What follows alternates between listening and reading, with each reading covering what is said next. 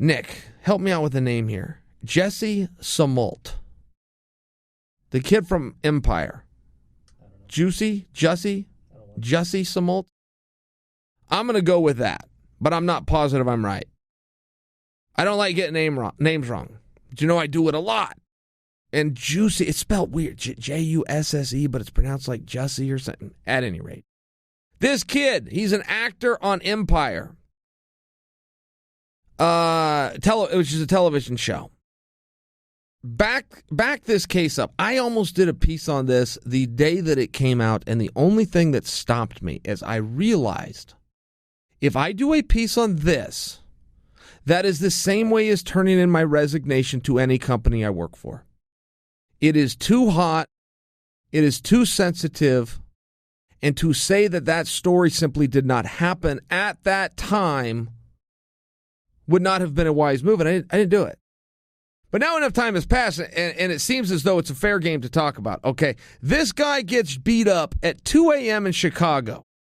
And when they beat him up, they pour something on him of which he believes to be bleach, and they put a noose around his neck. Horrifying. Absolutely terrible story. When I saw this story, I had a funny reaction to it because international news was made by Chicago that exact same night because they reached negative 40 degrees. And he said he went out for a walk to Subway, the sandwich restaurant, at 2 a.m., which is one of the coldest times of a day that is setting an all-time record of negative 40. That right in its face was surprising to me. That doesn't make this guy a BS artist. It doesn't make the story not true, but it stood out for me because I happened to have just read the news that it was negative 40 right before I read that he was out at 2 a.m. for a walk through Chicago to get a 6-inch. And I'm looking at this guy. I happen to watch Empire. I'm looking at this guy. At least in my eyes, this is a rich and famous guy. I don't actually know what his personal business is. But it does strike me as though a guy like this would probably have some cold cuts and bread laying around the house. It's not as though Subway has a unique taste. It's not as though his story was he went out for a Whopper and he needed something flame broiled. It's meat and cheese on bread that's been sitting there since the previous day when they opened. I thought it was a little bit strange that he needed to go to Subway at 2 a.m. Again, I will admit that's no piece of evidence, but on the way, he gets confronted, he gets beat up. I had a couple of questions with this, okay? Because it turned out he did go to Subway. As much as I thought that was peculiar, they had surveillance footage of him at Subway. Okay, he did a weird thing, fine. But he got beat up by two guys who were said to be wanting to beat him up because of the color of his skin. So if you have two scumbags that are out looking to do something really bad to a guy of a specific race, it is alarming, interesting, and peculiar that they didn't beat him up very bad. By example, I couldn't see a mark on his body. Didn't mean that he didn't have some body shots given. I didn't see that, but I saw him do interviews and I saw his face as quick as one day later. I thought, well, that's really weird. Two guys sought you out in negative 20-degree weather. They dumped a chemical on you. They put a noose around your neck. They beat you, but they didn't beat you very bad. He then, to add to the story, and this was one of the bigger tells for the people that were starting to go, hey, wait a minute, there's more to this story. One of the bigger tells was when he finally gets back to his home, which I believe is a condo. When he finally gets back home, he calls the police, and when the police arrive X amount of time later, he's still wearing the noose.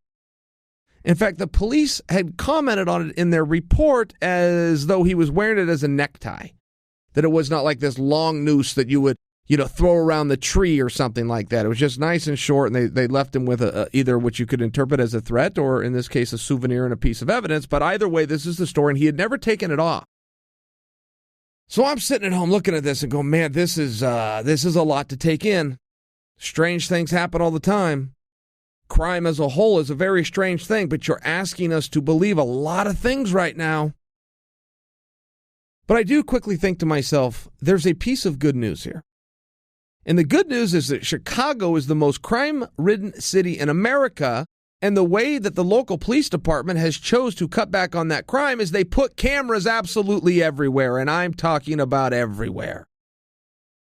So in a short amount of time, the authorities will be able to amass literally hundreds, if not thousands, of different surveillance tapes, getting him from the front steps of his home to the counter at Subway and back. And that's exactly what the police set out to do. But the police, before they go and track down everything in this few block radius, just turn to this actor and simply say, where did this happen? And he did not know. And the police said, okay, well, you live over here and the subway's over here and it was awfully cold.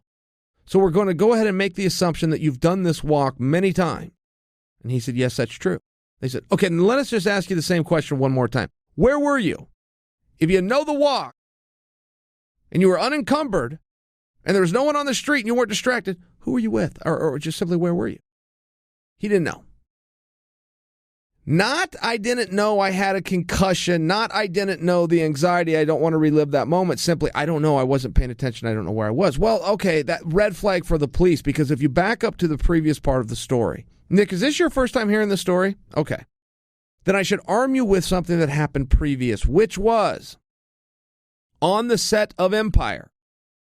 He got a letter. Do you remember the Zodiac Killer? You see movies on that? Okay.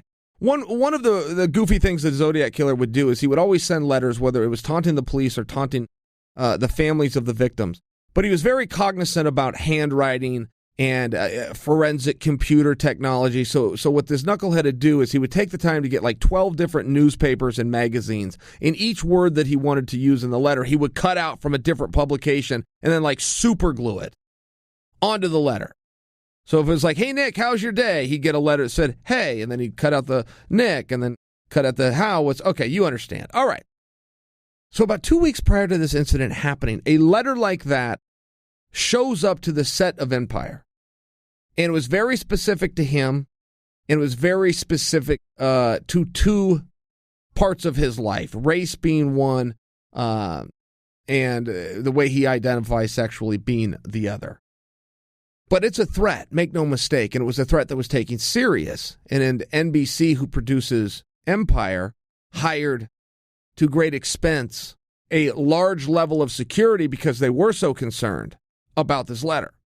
Now, the relevance to that being, if he was truly under threat, and a threat only has the power, and don't ever forget this in life, a threat only has the power of the reaction of the person you threat. If you ever feel threatened, you created that power, by the way.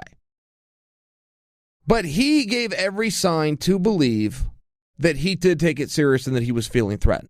That does not coincide with going for a walk by yourself at 2 a.m. in a crime-ridden city known as Chicago to get a foot-long sandwich.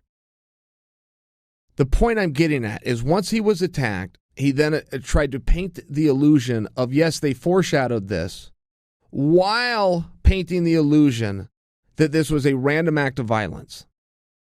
In the world of law authority, from the local beat cop all the way to the FBI, it can't be both.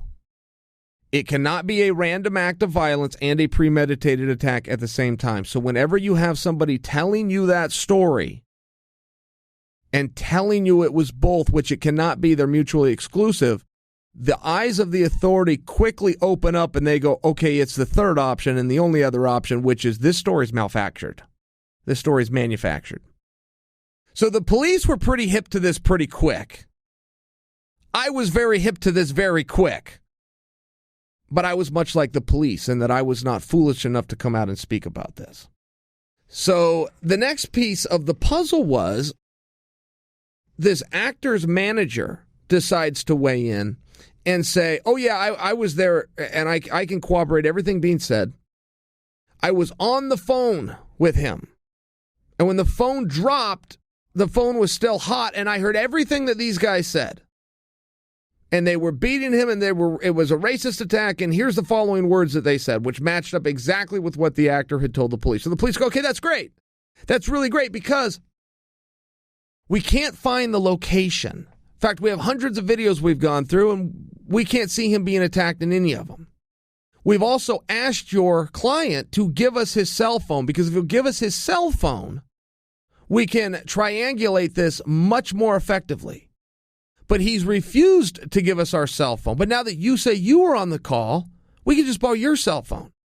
And we can get this case solved real quick. Manager wouldn't give up the cell phone either.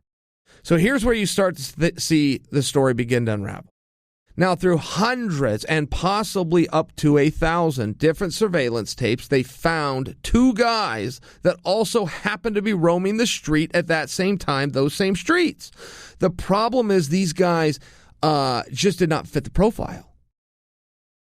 The victim said very clearly he was beaten by two white guys. The video showed two black guys. When the black guys were showed to him in video, he said, yeah, that's them. Okay, are you sure that's them? Yeah, absolutely. Okay, here, let us show you this from a different angle and zoom in on their faces. Boom. He's confronted with the fact that they're black guys. Well, that can't be them. I was beaten by white guys. Okay, yeah, we got it, but we need to know how good of a witness you are. You just said for sure it was them, and now you're saying it doesn't meet the profile. Well, upon a little bit further review, they find out that both of these gentlemen that were in the surveillance tape knew this actor. As a matter of fact, they had acted on the show Empire with him. So they go kick in the front door to these guys' house, and what do they find? A script to Empire. Turns out these guys are buddies. A little bit further review, it turns out that these two guys, they happen to be brothers. They're related. They're brothers. I don't want any confusion there on the colloquialism term of brother. These two brothers also have like a secret Instagram account or some level of social media. I believe it was Instagram. Turned out the actor had a secret Instagram account. Turned out they all followed one another. So you're starting to see a story develop that still does not deny his original tale. People get beat up by their friends all the time. Actors on shows that never make it above extra have a jealousy and a resentment towards the star all the time. Not enough there for it to be BS, but once these guys get hemmed up and taken into custody, they start to sing. And they get released, no charges, released within 2 hours. So as soon as that happened, you really don't need any other evidence as far as understanding and knowing how the police work. To have these two guys who were caught on surveillance released with no charges within the afternoon means that the cops found their man. And their man is the actor, and the actor lied, and the actor made up the story. Now, where that gets to be very fascinating is there'll be a lot of people that said, I told you so. And nobody should be doing that. Okay?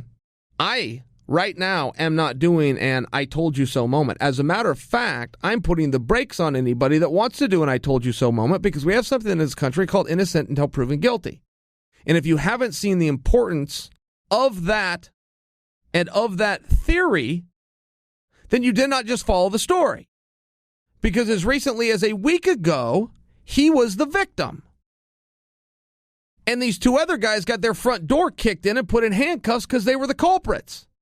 And everybody's ready to hang them and pin a medal on this actor's chest. Now all of a sudden, those guys turn out not to be guilty, and this guy's the biggest liar since Morton Downey Jr. for faking his assault and bringing false race into it. And doing it for personal gain and fraud and conspiracy. And it's terrible and it's wrong. And it wasted police time and resources.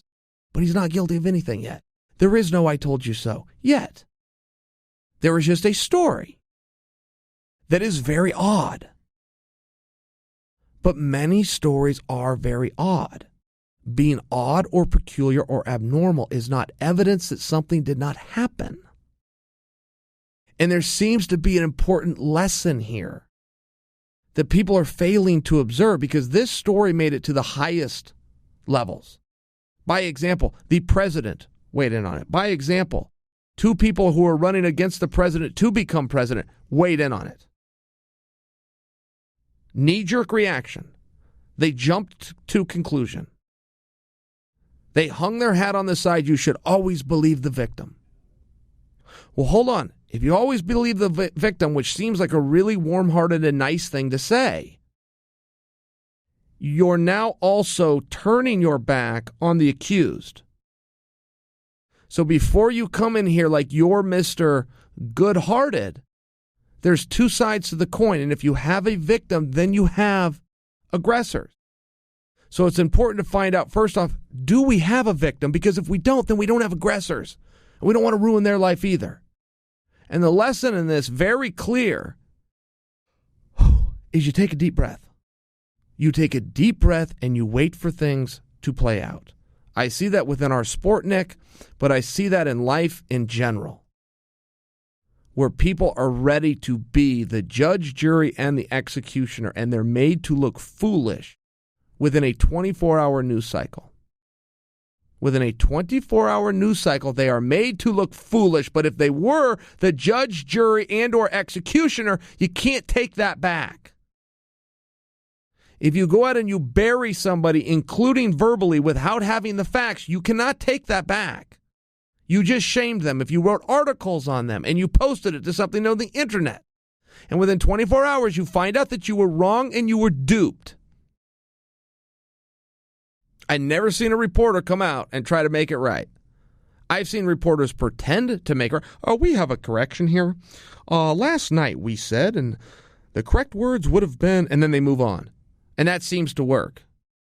Instead of openly steering into it. Hey, guys, I'm a fool. Was in a big hurry yesterday. I got some news. Didn't double check it. Had it wrong. Shouldn't have told you guys that. I sure hope everybody that was watching yesterday is watching today, when the reality is I'm sure you're not, which means I don't even give this fake apology that I'm attempting to do to all of the people I owe it to. But my bosses in the back said I have to do this, and they turn the camera on and they pay me at the end of the night, right? You see the problem. There's a major lesson to be learned here, and not just for this actor that set off for whatever publicity stunt that he did. But he went too far with it. It was an amateur move. I mean, if he could perfect his craft somewhere down the road, first off, he won't bring in partners because everybody leaks. That's how crimes get solved. Somebody talks. So, hey, actor, next time you're going to do a spoof, do it all on your own. Second lesson, you went too far. The letter to the set is too far. To get beat up in a fight 2-on-1 in 20-degree weather, but not have any injuries is pretty tough. To have a noose, which I can only imagine. Oh, gosh. That made me panic. Nick, I go into panic mode. Somebody put a rope around my neck? I would instantly think the worst. Particularly if there's a 2-on-1 and I can't stop them. And I'd been threatened 2 weeks before. And then they leave you with the noose. And then when they leave, you wear the noose home. Then you get into the comforts of your own home. Turn your lights on, shut your door, make a phone call to the cops, call your manager. You don't ever take the noose off? And do you want to know what one of the biggest tells was? One of the biggest tells is he went on Good Morning America. Michael Strahan, who I was with over this weekend. I asked Michael about this. And he was a great actor. This guy's a great actor. He convinced them all. But as he told his story, he said that he was confronted by these two guys, and he brings race into it. Race is very sensitive. I don't even like discussing it. But if I'm quoting and telling you the story and its accuracy, I must bring race into it. When he's confronted by these two guys, they say something to him, and one of them punches him in the face. And guess what he says? Very proudly, his face lights up, and you almost have to see this to know what I mean. Very proudly, and he says, so I punched him back. And after he says I punched him back, there's a pause.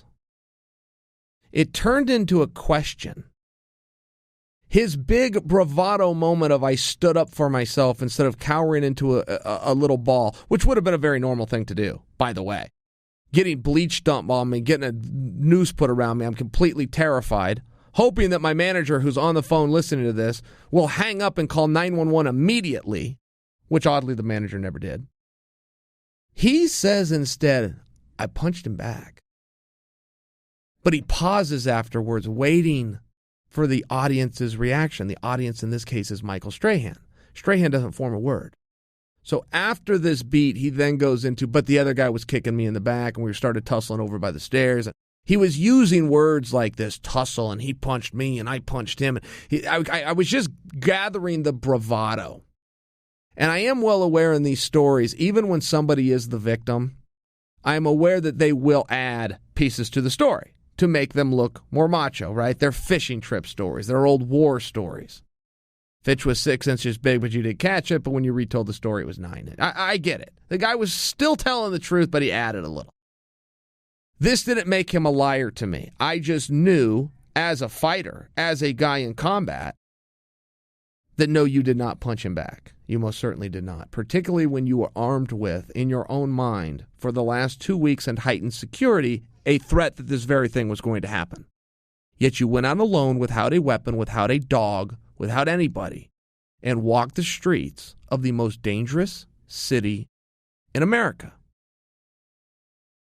It was a sucker's move, and it was done very amateurish, and there was better ways to get this story over. But that is the story. To be continued.